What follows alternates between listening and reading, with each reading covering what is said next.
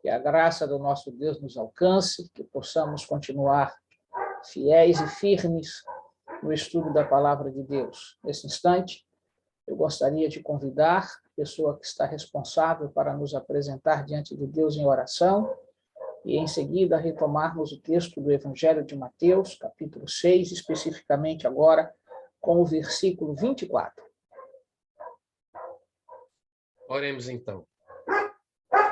Justo e soberano Deus, maravilhoso Pai, mais uma vez, Senhor Deus, mais uma manhã, mais um sábado, que de acordo com a Tua bênção, com a Tua graça e com a Tua misericórdia, nós paramos para louvar e exaltar o Teu nome. Amém. Obrigado, Senhor Deus, por mais um dia. Obrigado, Senhor Deus, por esse momento em que nos reunimos também para estudarmos a Tua palavra. Amém, Senhor. Obrigado, Senhor Deus, também pela iluminação dada a esse humilde pastor e que nossa mente também possa ser iluminada por esse conhecimento. Nos dá um estudo de paz, seja o nosso professor, em nome de Jesus. Amém. Amém, Senhor. Muito bem, meus irmãos, estamos agora no outro ponto do texto, que é o versículo 24, aonde aqui precisamos nos deparar com este versículo e extrair tantas coisas lá que o Senhor aqui nos apresenta.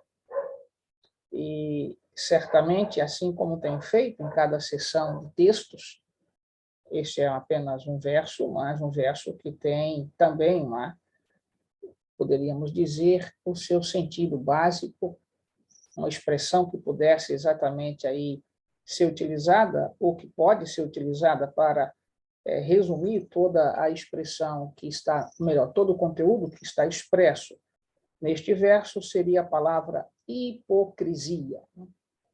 Então, a que o Senhor se refere quando aqui nesta sessão deixa claro esta questão em particular da forma de lidar com as coisas e com o Senhor. Vamos fazer a leitura e, em seguida, começarmos, então, a extrair as verdades que aí se encontram. Ninguém pode servir a dois senhores. Esta é uma situação que Jesus aqui põe e que nós precisamos parar para entender esta frase. Tá? Vejam, ele não está dizendo que o homem não servirá a dois senhores. Ele está dizendo que é impossível o homem fazer isto. Então, é a primeira coisa que você precisa colocar em sua mente. Veja, ninguém pode servir a dois senhores. Ele não está dizendo, reitero, que o homem não servirá a dois senhores. Ele está dizendo que o homem não terá condições de servir, mas que vai buscar fazê-lo? Vai. E aí é onde entra a grande dificuldade para este que aqui se põe.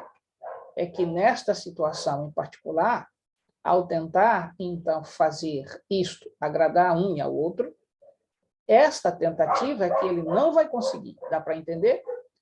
Querer fazê-lo, isto será feito, será buscado, isso será, então, de alguma forma, posto como ato particular do homem, objetivo de buscar fazê-lo.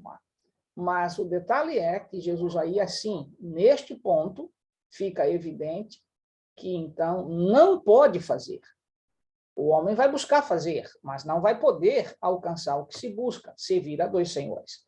Então, o primeiro ponto é você corrigir esta ideia de que as pessoas, que os seres humanos, não buscariam fazê-lo. Vai buscar, o Senhor está dizendo que isso seria, então, o objetivo, seria, então, o telos, o fim almejado pelo homem, servir a mais de um. Mas a grande questão é que a conclusão, o fechamento desta tentativa é que ele não serve, é que ele não consegue, portanto, servir a dois senhores. Ele busca servir, mas não consegue servir. É isso que você precisa atentar. Então, ninguém pode servir a dois senhores. De fato, não pode servir a dois senhores, mas buscar, isto, então, o homem buscaria fazê-lo. Então, esta é a situação aqui. Agora, o detalhe na expressão singular ninguém pode servir a dois senhores. Por quê? E aí vem o detalhe. Por quê? Porque há de aborrecer-se de um e amar ao outro, ou de devotar, ou de ou melhor, ou se devotará a um e desprezará ao outro. Não podeis servir a Deus e às riquezas. Então, vamos extrair de maneira singular o significado dessa expressão. Tá? Primeiro, observe que a gente tem aqui um pronome que ele é bastante singular aqui dentro do texto, como também o é para outros contextos. Outro, né? Outro. Este pronome em grego, ele é bastante distinto. Né? É a expressão rho hétero, né? O outro. Né? E isso significa sendo outro, sendo diferente em suas espécies, diferente, portanto, em sua substância. Então, quando a gente usa a expressão hétero, está se dizendo que é algo distinto, diferente. Agora, observe que no Evangelho de João diz que o Senhor enviará outro Consolador. Quando você vai lá, você se apercebe que, então, o pronome não é rho hétero, mas é alo, significa da mesma espécie. Então, o que eu quero dizer-te? Muito cuidado quando estiver estudando Bíblia. Em língua portuguesa, às vezes, não é muito fácil de você se aperceber a distinção. Por exemplo, aqui especificamente, vamos tomar o texto para você verificar. Venha para o Evangelho de João. Venha comigo e observa como Jesus, então, aqui se colocou em relação desculpem, em relação ao Consolador. Evangelho de João, capítulo 14, versículo 16. Observa. E eu rogarei ao Pai, e ele vos dará outro. Vem agora para Mateus, capítulo 6, versículo 24. Observe. Ninguém pode servir a dois senhores, porque ou há de aborrecer-se de um e amar ao outro. Pois bem, outro e outro. Só que, na língua grega, as palavras são distintas. Mas, em português, você não consegue aperceber-se que há distinção. O que eu quero dizer-te, por fim, ou dizer-lhes, não, é que você precisa lembrar que nem tudo aquilo que você está lendo na língua que nós, então, fomos educados e nascemos com a influência, portanto, política sobre nós, que é a língua portuguesa, a gente consegue, portanto, se aperceber com clareza das coisas. Então, seja um pouquinho mais sensível, humilde, de entender que quando a gente, então, está fazendo uma leitura e ela parece ser o que a gente quer entender, e de repente alguém aparece e diz, olha, o que você está compreendendo aqui não é adequado, porque o pronome aqui não é o que você está tentando, portanto, colocar. Porque se o Espírito Santo fosse outro, um hétero, né, significa diferente, então não poderia ser adorado, não poderia ser servido, não poderia, portanto, ser entre nós, Deus conosco, né, do ponto de vista de que os seres da divindade têm, portanto, os mesmos atributos de, então, eternidade, de, então, serem adorados. A função é distinta, é claro que o Espírito Santo não tem papel salvífico, mas, não obstante, tem papel, portanto, de intercessão em nós, tem papel de convencimento, pode, portanto, ser e deve ser adorado, porque assim, portanto, foi reclamado. Ele nos faria lembrar das verdades que Jesus havia ensinado para todos, então, quando aqui estivera. Logo, convence do pecado, da justiça, do juízo. É um pecado negar o Espírito Santo. É réu de juízo, portanto, quem o rejeita. Então, o pronome outro não poderia ter o sentido de ser hétero, diferente, porque se fosse diferente, não poderia, portanto, gozar de tudo isso aqui que já expus. Por isso que o pronome ali é alo, não é exatamente o pronome rho hétero. E por que rho hétero? Porque rho, em grego, é exatamente o artigo, o que significa dizer que quando aqui o Senhor, em Mateus capítulo, então, 6, versículo 22, que nós estamos lendo, outro, aqui é hétero, ou seja, é diferente. Então, o que está sendo dito por Jesus? Olha, vocês não podem achar que é possível servirem então, há duas coisas distintas. Vão procurar fazê-lo, mas não vão conseguir, porque entre mim e as riquezas são coisas distintas. E aí vem uma expressão, a palavra traduzida em língua portuguesa aqui por riqueza é a palavra que foi tirada, portanto, do aramaico chamada mamon, ou mamona, que significa exatamente isto, uma riqueza, um Deus ao qual, portanto, o ser humano busca servir e alcançar todas as benesses que, então, este empenho ele quer dedicar-se para, então, nesta força particular, alcançar o que propôs. O grande problema é que Mamon e Deus não comungam, não dialogam, são coisas distintas, são héteros. Então, em outras palavras, outro aqui significa dizer aquilo que você está tentando buscar, com toda a sua força, com todo o seu empenho, de querer agradar a Deus e também satisfazer a você mesmo, esse tipo, portanto, de compostura não será possível para os que querem chegar aos céus. Ou há de amar a um e detestar o outro, ou há de detestar o outro e amar ao primeiro, o que implica dizer que sempre haverá uma concorrência, essa disputa entre uma consciência que está culpada pelo que fizera, que se desgastou profanando o dia do Senhor na busca do pão de cada dia, achando que mamona seria a riqueza, seria mais importante. E o Senhor está dizendo, você não pode servir a este Senhor e querer me servir, porque os conteúdos são distintos, a natureza destas coisas são distintas. A minha natureza não tem a natureza, portanto, das riquezas. O Senhor está dizendo, quer me servir, terá de me amar, entregar-se a mim. Quer servir, portanto, aos seus desejos, aos seus ditames, à sua vida de querer buscar o pão de cada dia sem a minha presença, faça isto. Mas, ao fazer, você tem de entender que não terá a minha presença.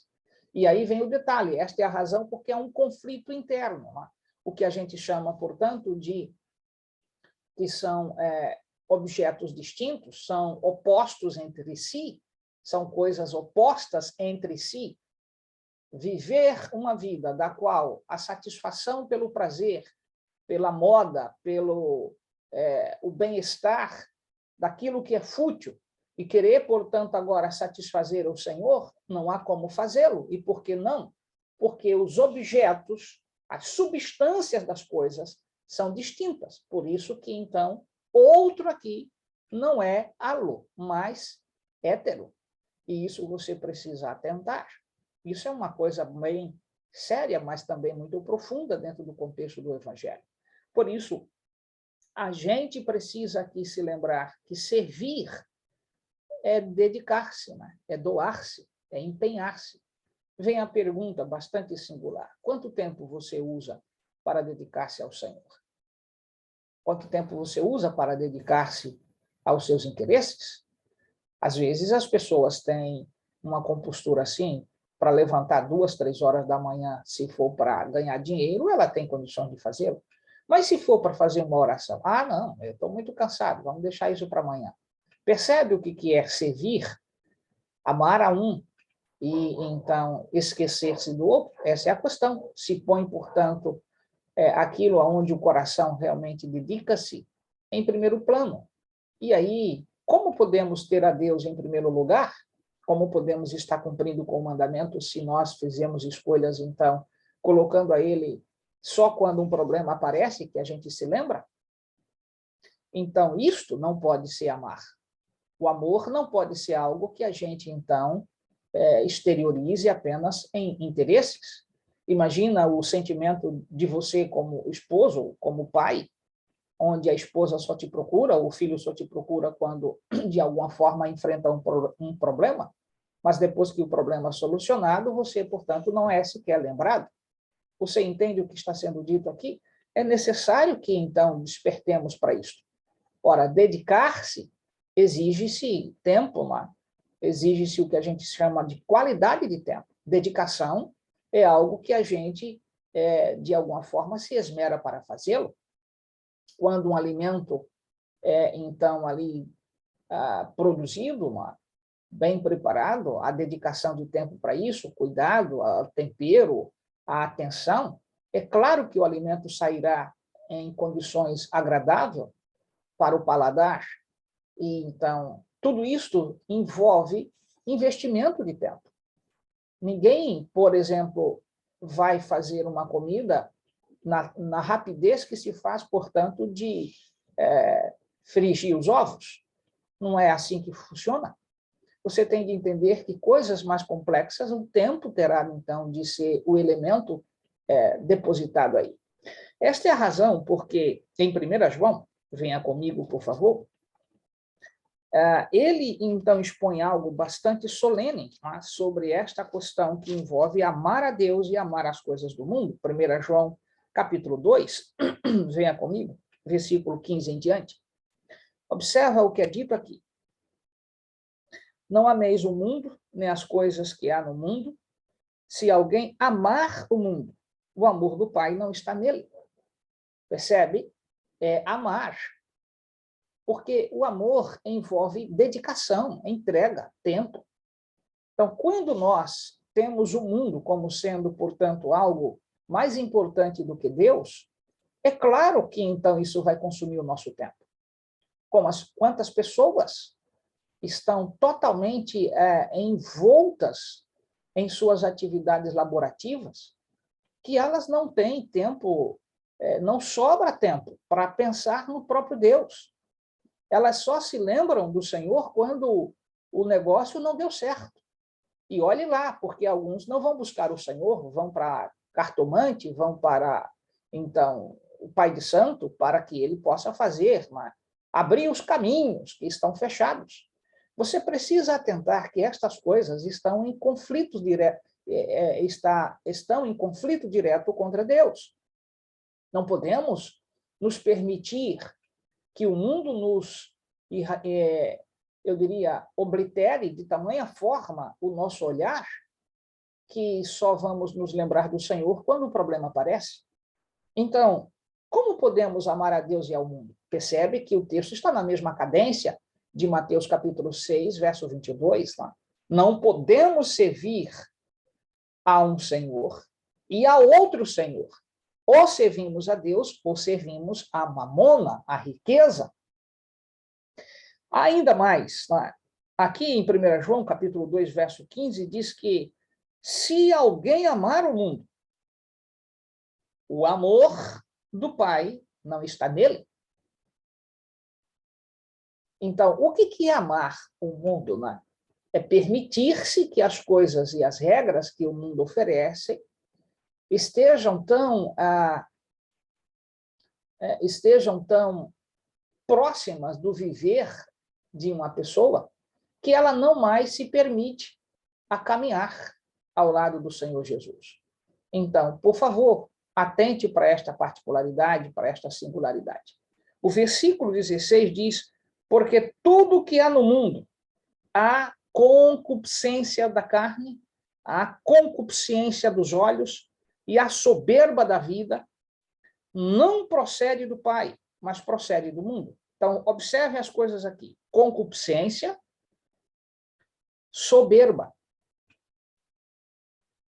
As pessoas que, na verdade, se dedicam a apenas ganhar o pão, elas são sempre soberbas, porque elas se veem como que melhor do que outras. A gente vê o ar, né, de empáfia. Né? As pessoas, quando estão num carro mais elegante, né, mais impactante, você percebe, né, a altivez, o senso de que parece que ela está por cima de tudo e de todos, não entendendo que tudo aquilo perece, né? Que aquilo não tem realmente condições de mudar tua natureza. É Cristo que nos muda, é Cristo que nos transforma. Então, quando voltamos para o Evangelho de Mateus e verificamos que aquela compostura de 1 João capítulo 2, versículos, então, 15 e 16, nos demonstra de serena exposição que há a impossibilidade de você ter uma vida que seja de comunhão com Deus e de comunhão com o mundo. São opostos entre si. São coisas distintas. A natureza do mundo não é a natureza do evangelho. E aí é impossível que possamos, de fato, amar a um e ao outro, amar. Mas o homem buscará fazê-lo. Então, em outras palavras, o que o Senhor nos ensinou aqui, nesse texto, não é que o homem não vai fazer, é que será impossível para ele alcançar o que ele está buscando, servir a Deus e servir ao homem. Entende aqui o verso? Mas ainda, voltando a Mateus, observe, ninguém pode servir a dois senhores, porque ou há de aborrecer-se de um e amar o outro, ou há de devotar-se a um e desprezar o outro. Ou seja, se ele devotar tempo para um, ele vai desprezar o outro. Se ele despreza, então, um, é porque o outro está sendo devotado. Ou seja, percebe que nós temos, então, aqui situações que não são alternativas, elas são, na verdade, excludentes. Observe que, então, o pronome aqui, então, ou, ele não está como alternativo, ele está, portanto, como excludente. Se devotar-se a um, o outro está excluído. Se, portanto, excluir o outro, é claro que então vai sobrar um. O grande detalhe é que as duas coisas não podem ser feitas. Então, aqui um outro detalhe, meu querido amigo e irmão. Quanto tempo você tem devotado na sua relação de intimidade com os céus? Quanto tempo você tem devotado, e aqui mudando para o aspecto de vida familiar, qual o tempo que você tem reservado para dedicar-se à sua família? Seus olhos sobre sua esposa ou sobre outra? Você acha que a quem você se devotar não é quem vai vencer? Quantas famílias estão vazias? Porque dentro da casa não há tempo de qualidade. Então, muitos pais, ao chegarem de suas atividades, querem em casa, portanto, aí dedicarem tempo à TV, ao seu futebol, à conversa fiada com os amigos, mas não tem tempo para devotar-se para o neto, para os filhos, para a esposa. Então, aplique o mesmo raciocínio em relação à nossa vida com Deus. Quanto tempo faz que realmente você não devota tempo para o Senhor? Como você acha que você pode amar a quem você não se dedica?